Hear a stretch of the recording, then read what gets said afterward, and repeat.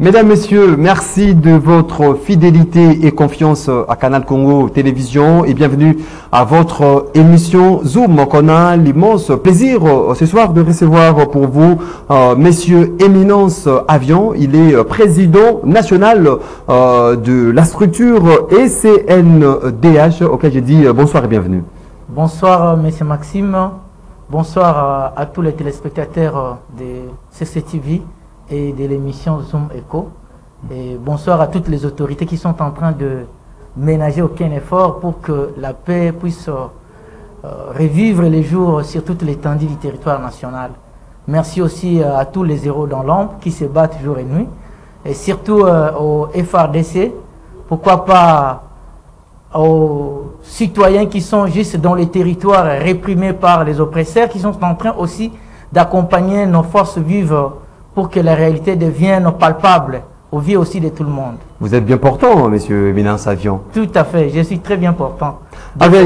Avec Éminence Avion, nous aurons à faire ces décryptages de différents sujets d'actualité en République démocratique du Congo. Tout d'abord, parlons de cette situation d'insécurité à la partie orientale, à Kwamut, Maïndombe, à Maluku, où un groupe déclaré Mobondo, un groupe de miliciens, s'est mis terreur et désolation. À Maluku, nous sommes là dans le plateau de Bateke. Aujourd'hui, la situation semble être maîtrisée par le FARDC et les éléments de la garde républicaine. Est-ce qu'il était temps de stopper cette insécurité dans ce coin de notre pays?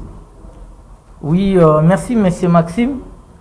Pour la situation de Kwamut, il faut d'abord comprendre qu'il y avait des spéculations de l'arrivée des éleveurs qu'on avait vus qui venaient de la province de Grand Bandundu, qui passaient jadis avec leurs troupeaux, et qu'on pensait considérer comme des éleveurs, mais aujourd'hui sont portés disparus. La plupart d'entre eux, on ne voit même pas, ils se sont infiltrés au sein de la population. Et il aurait fallu un temps, et ces temps, il aurait fallu seulement la volonté. Parce que le Congo a toujours eu un problème d'hommes. C'est comme ça que les gens disent, dis-moi qui tu fréquentes, je te dirai qui tu es. Aujourd'hui, on voit que les autorités ont vraiment palpé du doigt sur le réel des problèmes en mettant déjà à la tête du ministère de la Défense celui qui a eu déjà une idée sur la situation sécuritaire de notre pays et aussi avec l'arrivée du ministre de l'Intérieur, son Excellence Peter Kazadi, on voit que vraiment les histoires sont en train de bouger. Alors, cette histoire de Kwamut, aujourd'hui, lorsqu'on voit cette milice-là, Mobondo, est en train d'être maîtrisée, en tout cas, personne, sauf que le diable, et d'ailleurs même le diable aujourd'hui peut se réjouir parce que ce qui s'est passé est inacceptable. Oui, oui, même le diable peut se réjouir. Parce que vous voyez les gens, les paisibles citoyens, manipulés par le prédateur, ils s'impliquent pour réprimer leurs frères. Et pendant qu'on sait que nous sommes vraiment combattus par les étrangers, notamment par l'entremise de certains voisins pour ne pas les généraliser, on voit maintenant cette tendance qui vient notamment de l'extérieur parce que les prédateurs ne sont pas seulement en Afrique. Les Congos semblent être ennemis de tout le monde à cause de toutes nos richesses. Et voilà, aujourd'hui, on voit le digne fils du pays qui s'implique pour imposer la paix dans cette partie ouest de notre pays, qui semblait déjà être en proie de ces gens qui n'ont ni foi ni loi dans leurs esprits. Cette maîtrise ici est une joie. On a senti déjà la population s'entourer des éléments de la police et des FARDC pour applaudir. Les autres exaltés même avec des machettes. Exaltés avec des machettes. Est-ce qu'il fallait attendre trop de temps pour qu'il y ait cette intervention musclée de FARDC et des éléments de la garde républicaine, parce qu'on n'a pas cessé de compter des morts où ces paisibles citoyens étaient massacrés à coups de machette par ces groupes qui se déclarent des Mobondo. Oui, il aurait fallu les temps, et ces temps étaient parce que plusieurs mois. Oui, la question d'ailleurs, si on peut déjà faire une analyse comparative, on doit comprendre que la question du Congo doit d'abord appartenir à nous-mêmes. Les réponses qui prévoient à toutes ces questions, qui vaut aux différentes questions qui préoccupent la situation sécuritaire doivent venir de nous-mêmes. Bien qu'on doit aussi dépendre de collaborateurs en termes de conseils, en termes d'interdépendance, mais au moins, lorsque les dignes fils du pays se lèvent pour mettre fin à de telles situations, oui, c'est question de temps. Et ce temps est venu. Maintenant, au moment où la population était massacrée. Oui, la population était massacrée. À Kwamoto, à Mandombe, même à la porte de Kinshasa, à Maluku. Voilà, les prédateurs étaient déjà prêts. Les activités paralysées à la route nationale numéro 1. Tout à fait. Il y avait même des choses qui se passaient où personne ne pouvait supporter. Lorsqu'on a vu l'implication réelle du gouvernement par l'entremise du ministère de la Défense et du ministère de l'Intérieur, on a vu que les choses peuvent très bien marcher avec des Congolais. Et ça a déjà marché. C'est comme ça qu'il faut faire confiance à certains patriotes qui ont cette volonté-là d'aider le pays, que de croire aussi à d'autres personnes qui sont ici et là pour pouvoir mettre des coques à jambes et que les choses ne puissent pas marcher.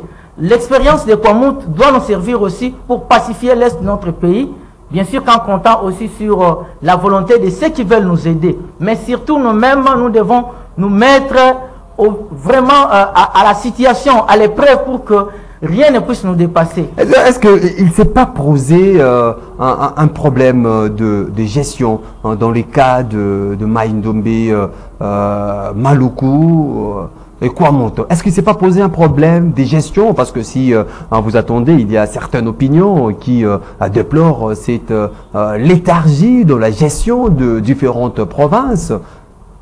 Mais c'est Maxime, le problème c'est comme si l'exécutif national n'avait pas un œil regardant à Kwamout, Maïndombe au moment où on a enregistré plusieurs déplacés de ces conflits entre les Teke et les Yaka. Oui, c'est ça aussi le problème, c'est le problème de l'homme. Lorsqu'on vous choisit, on nous confie une responsabilité, vous devenez la bouche des choses. C'est à vous qu'on doit ouvrir les yeux. Certaines autorités avaient un système là de pouvoir commercialiser la crise. C'est-à-dire, on vous envoie, et vous-même là, vous avez... La crise est commercialisée. Tout à fait, parce que quelqu'un qui s'est dit, ok, si je fais des tours là-bas, si j'envoie des émissaires, alors moi j'aurai... il y a des primes, il y a... des primes, j'aurai des retours. Les frais de mission. Et tout ça en oubliant que ce sont des petites... disons des paisibles citoyens, des petits peuples, les souverains primaires qui en pâtissaient de temps en temps. Lorsqu'on a vu, mais ça fait combien de temps? Il n'y a pas 2 mois, lorsqu'on a vu que la situation était prise en main et en considération, et ils ont imposé la paix. Ça n'a pas fait 2 semaines. Mais pendant, si on pouvait calculer, depuis que la situation... Est-ce qu'il y avait la négligence de la part des autorités? Oui, il y avait un système qui était déjà instauré, et ce n'était pas facile de déboulonner ce système. C'est comme ça maintenant, lorsque quelqu'un a une responsabilité... Là, on n'est pas dans l'FCC-Cash où le chef de l'État parlait d'un certain blocage. Oui, mais les blocages, vous savez que les ennemis sont toujours eux-mêmes dans le ventre. Si par exemple les histoires que nous consommons nous donnent encore des microbes, combien est-ce qu'on ne peut pas rencontrer les gens qui disent qu'ils vous aiment et qu'ils viennent pour leurs intérêts égoïstes? Ils sont trop égocentristes de telle sorte que ils voient que les sangs humains ne leur concernent pas. Les humanistes sont trop peu nombreux. Vous voyez, ceux qui prennent vraiment l'humanisme sont peu trop nombreux. Mais ceux qui pensent que chez eux, le matérialiste, ils sont comme des petits enfants. Et lorsqu'on voit maintenant les gens, on leur a confié une responsabilité, ils se sont impliqués, ils n'ont pas dit, nous demandons au chef de l'État. Non, le chef de l'État vous a confié une mission. Et vous devez vous mettre en œuvre. On a vu maintenant le ministre de l'Intérieur et le ministre de la Défense, ils se sont vraiment impliqués. Ils se sont impliqués. Et leur mot d'ordre a suffi. Vous voyez qu'aujourd'hui, vous ne pouvez pas aller à Minkao sans qu'on puisse applaudir sur vous. Tout journaliste qui va passer là-bas, il sera très bien accueilli. Et même les éléments de la police. C'était un manque à gagner pour la République. Au moment où les activités étaient paralysées sur la route nationale numéro 1, il n'y avait pas moyen d'arriver à Kwamout, pas moyen de prendre chemin pour arriver à Kikwit où la loi imposait maintenant l'air loi sur ces tronçons. Oui, mais Maxime, c'était un grand manque à gagner. Non seulement en termes de matériel, mais aussi en termes de ressources humaines. On a perdu beaucoup de gens. Et là, la guerre est déjà maîtrisée, la situation est maîtrisée. Mais ce qui reste, on doit aussi préparer des psychologues. Il faut qu'on puisse préparer des psychologues qui aillent vraiment conseiller, conscientiser ces gens-là, qu'ils entament la résilience. Parce que ce n'est pas facile. Tu vivais dans un village avec ton frère, avec ta femme, tes enfants, tes frères et sœurs, et du coup, ils ont été décapités à ta présence. Et on te demande maintenant de regagner le terrain parce qu'il y a déjà la paix. C'était la pire sorcellerie au moment où ces miliciens opéraient par de fétiches. Ils étaient même transparents à des coups de balle. Il n'était pas facile à maîtriser. C'est comme ça, des charlatans souvent prennent de l'ascendance sur... Donc l'armée a eu le temps d'étudier leur mode opératoire. Et puis aujourd'hui, on peut dire qu'il y a des résultats. Oui, il y a les résultats. Cette histoire, justement, doit aussi révéler quelque chose au niveau de nos services de sécurité et aux forces armées. C'est-à-dire qu'ils ne puissent pas négliger l'aspect culturel. Donc, on doit capitaliser les valeurs culturelles positives, les valeurs qui peuvent nous aider à marcher ensemble. Nous vivons en incohérence avec la réalité de notre environnement. Ils ont vu que les ennemis utilisent facilement la sorcellerie, la magie négative, la magie la plus sale du monde, pour maintenant venir causer du tort aux paisibles citoyens. Alors que... Alors, propres frères, ce ne sont pas des ennemis. Lorsque vous décapitez vos propres frères, vous tuez, vous massacrez les gens à coups de machette, vos propres frères, c'est horrible tout ça, c'est qu'on a vécu à Maïndombe, Maluku et autres. C'est l'ignorance qui a fait que ces gens-là puissent se servir de cette manipulation pour causer du tort aux citoyens. Et maintenant, ici, ce que le gouvernement doit faire, c'est de chercher aussi ce qui était à la base de cette manipulation. Parce qu'il y a déjà... On parle de certains privés qui ont acheté même les groupements, un individu qui achète un groupement à vil prix. Voilà. Donc tout ça... Il y a des noms qui ont été cités. Tout ça, ces gens-là doivent être punis. Donc ici, l'impunité ne peut plus avoir de la place. Lorsqu'ils vont maintenant punir ces gens-là, mais qu'ils tiennent aussi compte de cet aspect-là, qu'ils voient quelles sont des valeurs que notre armée néglige, des valeurs ancestrales. Parce que nos ancêtres n'étaient pas que de féticheurs, comme on pouvait les qualifier. Il y avait aussi des clairvoyants. Et la clairvoyance existe. La clairvoyance, on dit, n'est pas tellement la sorcellerie. La clairvoyance n'est pas la sorcellerie. Non, donc il faut que l'armée ait des clairvoyants en son sein. Qu'ils aient ce département, parce que c'est très important. Aujourd'hui, on voit déjà ce qui se passe. S'ils appliquaient ces mêmes méthodes, même à l'Est, je ne pense pas que le milice là disons les rebelles du M23 avec leurs complices peuvent encore faire face au FARDC. Un jour on peut voir aussi comme ça, on se réveille dans une semaine, on maîtrise toute cette situation là de Minembwe et puis toute cette partie est de notre pays qui est occupée par les belligérants. Conflit communautaire à Kwamut, Maïndombe, Maluku. Aujourd'hui, il y a un groupe aussi de malfrats qui ont été arrêtés. Nous sommes là dans la commune de Ngaliema, presque à Jamaïque, où ces jeunes utilisent aussi des fétiches pour créer l'instabilité dans ce coin de la capitale. Qu'est-ce qu'il y a au juste dans notre pays au moment où on perd de vies humaines à l'Est, on perd de vies humaines à Maïndombe Plateau, ici à Kinshasa, où les jeunes s'organisent pour utiliser le fétiche pour créer du tort à leurs propres frères, pour créer l'instabilité dans les différents coins de la capitale. Oui, mais c'est Maxime, ici aussi, ça revient aussi à la tâche du gouvernement de tenir compte de l'équilibre social. Vous voyez, lorsqu'il y a l'injustice sociale profonde, la population devient aussi à la merci de toutes sortes de manipulations. Aujourd'hui, il y a des jeunes qui sont très vigilants. On avait vu tout de même quelques jeunes se mobiliser, s'impliquer, voire pour identifier tous ces gens-là qui viennent commettre des abus au sein de la population. Mais ceux qui dénoncent, apparemment, ne sont pas sécurisés. Parce que quelqu'un qui n'est pas vraiment formé en matière de sécurité, lorsqu'il veut même se prononcer devant un journaliste qui l'interviewe par rapport à la situation de leur quartier, il parle sans réserve de mots. Et il s'expose lui-même. Vous allez voir que celui-là qui a dénoncé, après 2 jours, il est agressé. Et parfois, toute leur maison devient aussi en insécurité.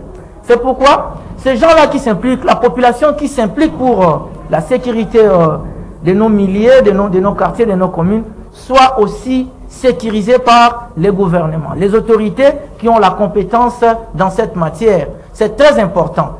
C'est là, en pensant que lorsqu'ils fument du chanvre, lorsqu'ils boivent les sangs de chat, ils pensent qu'ils deviennent des rois. Le guerrier, ils se trompent. Ils me disent être immortels. Ils doivent aussi voir comment nous sommes réprimés par les prédateurs, voire ceux qui sont dans le monde occidental, pour ne pas le cacher, parce que là-bas aussi, il y a à boire et à manger.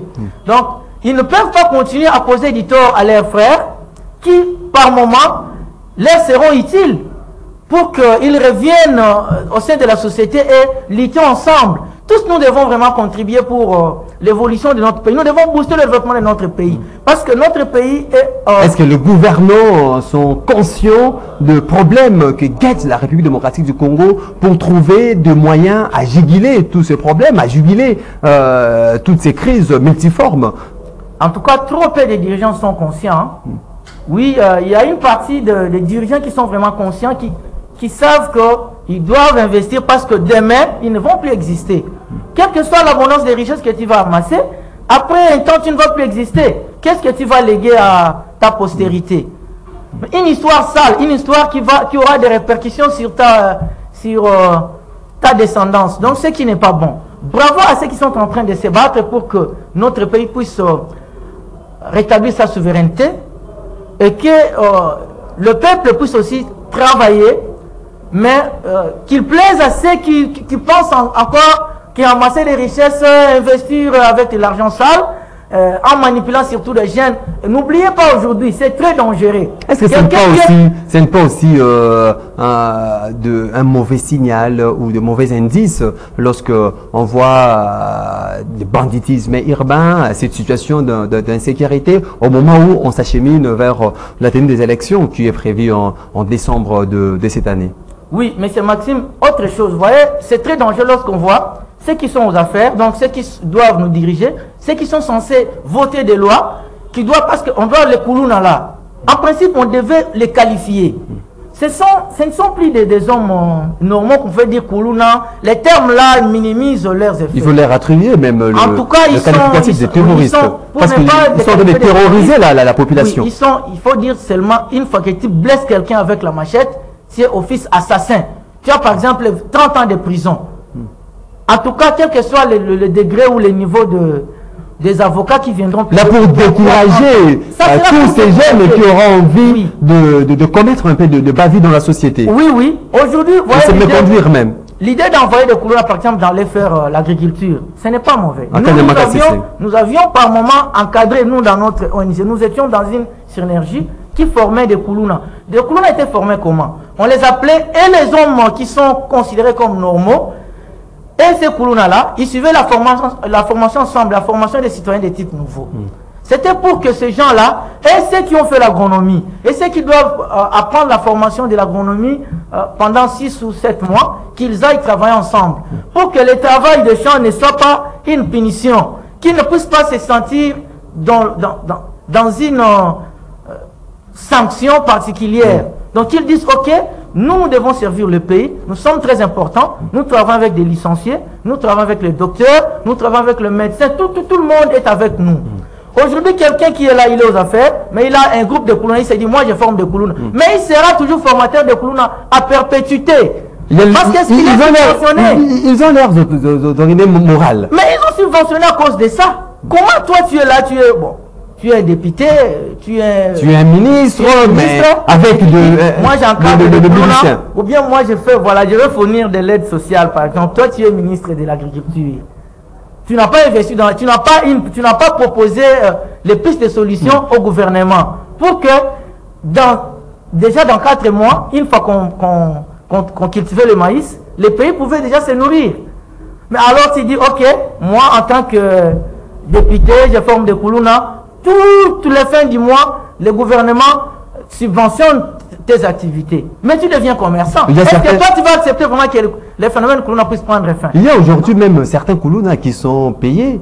Ils sont payés, oui. Ils sont payés. Chaque fin du mois, ils vont aussi toucher leur salaire. Parce qu'il y a quelqu'un qui les encadre, qui les appelle à la prise de conscience, de ne pas faire le kuluna, et puis aujourd'hui, ils ont un salaire. Est-ce qu'il n'y a pas aussi l'inquiétude dans ces cas d'espèce qu'aujourd'hui, s'il n'y a pas de salaire pour ces kuluna, ils vont répondre avec leurs anciennes habitudes? C'est ça le mal. On devait poser la question à ces formateurs de kuluna. Ok, vous vous encadrez des kuluna, mais il vous faut combien de temps pour qu'un kuluna puisse abandonner, pour faire sa réintégration au sein de la société? Ça, ils ne peuvent pas le dire.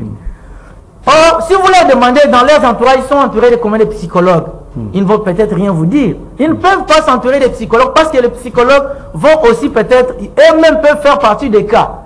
Un phénomène comme ça qui est orchestré, et puis voilà, les gens s'enrichissent, ils viennent de là, ils bénéficient, voir les financements des étrangers, tout ça, qui sont parfois animés devant une fois les autres aussi, pour amplifier de nouveau la situation.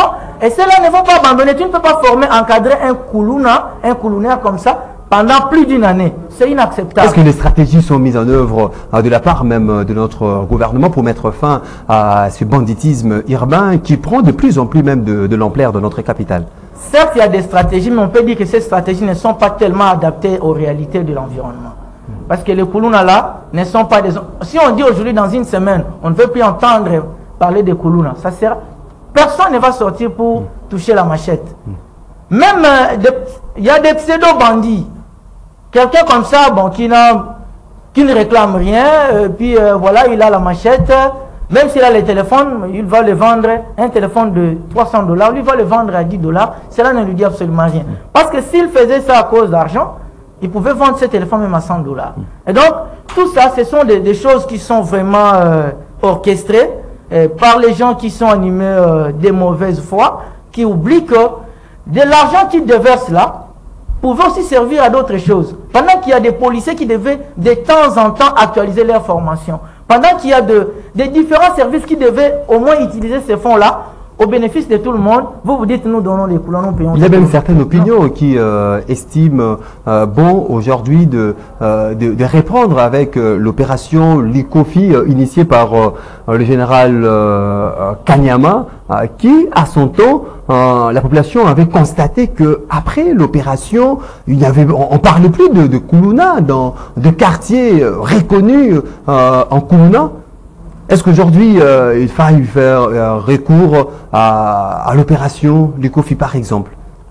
Bon, là, c'est quelque chose qu'on doit très bien étudier. Parce que les koulouna, là, il y a des vrais koulouna qui sont vraiment des koulouna réputés, qui sont comme des assassins. Ceux-là ont leur service. Ils sont même proches des différentes autorités, peut-être que les autres ne les devinent pas. Lorsqu'on veut d'abord lancer cette opération, ils sont alertés. Ils quittent voir la capitale. Ils vont dans des provinces. Et ceux qui en pâtissent, c'est seulement des innocents, les plus souvent. C'est comme ça que nous... Mais dans cette opération, dans cette opération, il n'y avait que de koulouna qui ont été repérés, identifiés et qui étaient dans le filet de la police. Les koulouna sont déjà identifiés, très bien identifiés. Mais je vous dis, une fois qu'il y a... Il n'y a pas eu tellement d'erreurs lors de cette opération. Une fois qu'il y a des massacres dans des quartiers perpétrés par des koulouna, et ils fouillent directement. Mais ces gens-là qui viennent voir qu'est-ce qui s'était passé, quand les policiers viennent, ils vous arrêtent. Et qu'est-ce qu'ils vous disent? Non, non, on ne vous a pas arrêté seulement parce que vous êtes bâti, mais on sait que même si vous n'avez pas participé à ces actions-là mauvaises, mais vous habitez les quartiers. Et pour vous libérer, vous payez de l'argent. Quand vous payez cet argent, on ne vous donne même pas le récit. On ne vous a même pas conseillé. Il y a de ces gens-là, on vous a arrêté parce que vous étiez à deux ou trois dans la rue, là où les gens se sont bâtis, sans que vous puissiez vous impliquer. D'où on devait révolutionner cette histoire de Kanyamaka avec des koulouna. Donc on devait prendre par exemple des finalistes, tous les finalistes. Aujourd'hui, dites-moi, si on a 600 000 ou 100 000 par exemple finalistes qui terminent leurs études, filles et garçons, et qu'on les a formés pendant 3 mois, ils sont à Kanyamaka CC. Pas seulement Kanyamaka CC, même ici à Kinshasa. On a vu l'expérience de Mobondo nous disent déjà qu'il y a des espaces qui ne sont pas exploités, qui ne sont même pas habités. On peut cultiver même le maïs ici pour des Quinois les finalistes qui viennent de Kinshasa. On a comme l'impression que ces secteurs agricoles est de plus en plus négligé dans notre pays. C'est un secteur en tout cas qui devait faire la force de notre pays. qui devait d'ailleurs aider tout le monde. Parce que là, on cultive des maïs, après on pouvait cultiver les maniocs, on pouvait cultiver des pommes de terre, on pouvait cultiver, voire des soja, tout. Vraiment, il y a toute une multitude d'expérimentations qu'on pouvait tenter de l'autre côté. Mais si déjà on prend tous ces Koulouna-là, ils sont formés. Parce qu'on les emprisonne, oui. On les amène à Kanyamara. C'est les autres filles, lorsqu'ils rentrent, ils vous disent, ah, là-bas, c'était de la fête. Donc, il n'a pas vraiment obtenu l'éducation comme il faut. Les policiers, oui, même les généraux, il a par exemple ceux qui forment, ceux qui encadrent des Koulouna. Mais ils n'ont pas, s'il n'y a pas de psychologues qui doivent pousser à ces Koulouna d'entamer la résilience, le problème c'est d'entamer la résilience, d'accepter que, ok, j'étais Koulouna, maintenant on m'a formé, je dois changer, je dois rectifier des tirs, je deviens utile dans la société. Pour qu'il sente qu'il est utile, on ne peut plus l'appeler les anciens Koulouna. Non, c'est déjà un citoyen. Il a regagné, il est déjà intégré dans la société. Donc c'est pour servir les pays. Dès lors qu'on leur laisse, ok, il y a une discrimination. Il y a une discrimination. Donc on peut maintenant rectifier des tirs. On peut reprendre le système de bourse. Les gens terminent, ils vont dans l'agriculture, les autres vont dans la pêche. Vous travaillez pour le pays pendant 6 mois ou pendant une année. Et vous avez... Une fois que vous avez vraiment convaincu les autorités de là, on vous sélectionne. Si toutes vos compétences répondent aux différents critères, qu'est-ce qu'on vous demande? Le pays va vous supporter. Le gouvernement vous donne des bourses, vous étudiez soit ici, soit vous partez étudier. Pourquoi pas envoyer les groupes, cette première promotion à partir d'ici? On envoie un groupe de finalistes en Zambie. Qu'ils fassent là-bas 3 mois, qu'ils apprennent aussi ce qui se passe là-bas. On prend un autre groupe, on les envoie en Tanzanie. On prend un autre groupe, on les envoie en Afrique du Sud. Allez suivre des formations. Qu'ils ne fassent pas d'université. Puisque les formations, c'est ce genre de choses. On a perdu toutes ces bonnes manières. Tout à fait, nous avons des bons formateurs. Toutes ces pratiques-là. Oui. Qu'ils apprennent seulement pendant 3 mois, ils reviennent. Ils seront des très très bons agriculteurs. Ils seront des très bons pêcheurs. Ils seront même des très bons apiculteurs. Et ça sera bénéfique pour les Monsieur Binance Avion, nous sommes arrivés à la fin de cet entretien dans Zoom.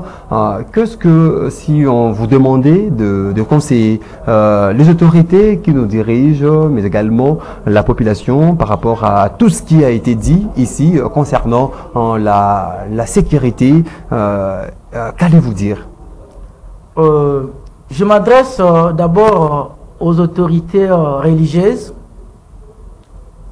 qu'elles soient toujours des patriotes. Je sais qu'elles sont des patriotes, mais qu'elles suivent l'exemple des prêtres belges qui ont fait que la Belgique puisse quitter la Hollande, sous la colonie de la Hollande. Ils étaient ensemble avec les autorités gouvernementales, qu'ils défendent la cause du pays et que les choses marchent. Parce qu'il y a un ça ne va pas. Aux autorités politico-administratives et aux opposants, les 70% des secrets de l'opposition étaient conservés à l'IDPS par l'incarnation de son heureuse mémoire, le fait Etienne Tshisekedi Lumumba. Dès lors que Félix Tshisekedi est devenu au pouvoir, il a senti que oui, il y a aussi des problèmes qui demandent l'implication de tout le monde. Donc, il est grand temps pour que les opposants rectifient leur tir, qu'ils soient dynamiques. Il y a déjà la mondialisation qui s'est imposée. Les leçons de la Covid-19 nous ont servi vraiment pour que nous puissions aussi comprendre comment nous sommes exposés à toute forme de crise. Et aujourd'hui, le problème de l'Ukraine est venu encore nous montrer que sans l'Europe, sans l'Occident, l'Afrique est nulle, notamment les Congo. À la jeunesse, de ne pas se laisser manipuler par des intérêts surtout obscurs, que nous puissions nous mettre ensemble, que nous puissions défendre la cause. Parce que le pays est dans une période charnière. Si nous agissons mal, nous aurons du mal vraiment à décoller. Parce qu'après ces temps, nous allons encore reculer pour plus de siècles. Alors, ça sera très dangereux pour nous. L'histoire va nous condamner. Éminence Avion, je rappelle, vous êtes président national de la structure ECNDH. Je vous dis merci de ton disposer. Merci, M. Maxime, Que Dieu protège tout le monde et toutes les autorités de notre pays. Merci beaucoup. Vous étiez nombreux à suivre cette émission Zoom. Je vous dis merci de votre sympathique attention. Une émission réalisée par Bruno Ndinga en synergie avec Moro Njambé et Fiston. Aton était du côté de la régie. Alain Kabongo au web. Karine et Bébé à la prise de vue. Je vous retrouve très prochainement pour un autre numéro. D'ici là, portez-vous bien et bonne évasion sur Canal Congo Télévision. Au revoir.